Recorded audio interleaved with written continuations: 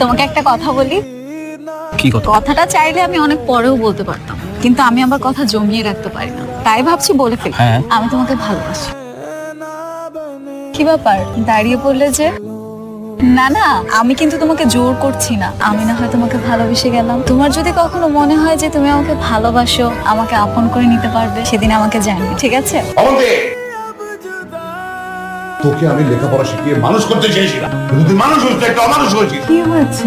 কি হয়েছে তোমার মেয়েকে জিজ্ঞেস করো, ওর কাছ থেকে শুনে নাও। 2 টাকার কেরানির ছেলের সাথে তোমার মেয়ের সখ্যতা, মেলামেশা করছোস। তুমি ওই ছেলের বাবাকে কিছু বলনি? আমি ম্যানেজারকে বলেছি ওকে ঘাট ধাক্কা দিয়ে অফিস থেকে বের করে দিতে। বেশ করেছো। আব্বা, আব্বা কি হয়েছে তোমার? তুমি কাঁদতেছো কি লেগে? আব্বা কিছু কও না গা? আব্বা কও না আব্বা। আমি বুঝতে পারি তোমার ভাবে কাঁদতে কা আব্বা। আমার লেগে তোমার চাকরির কাছে কামতে করে মাফ করে দাও আব্বা। আব্বা, আব্বা, আব্বা, আব্বা আমার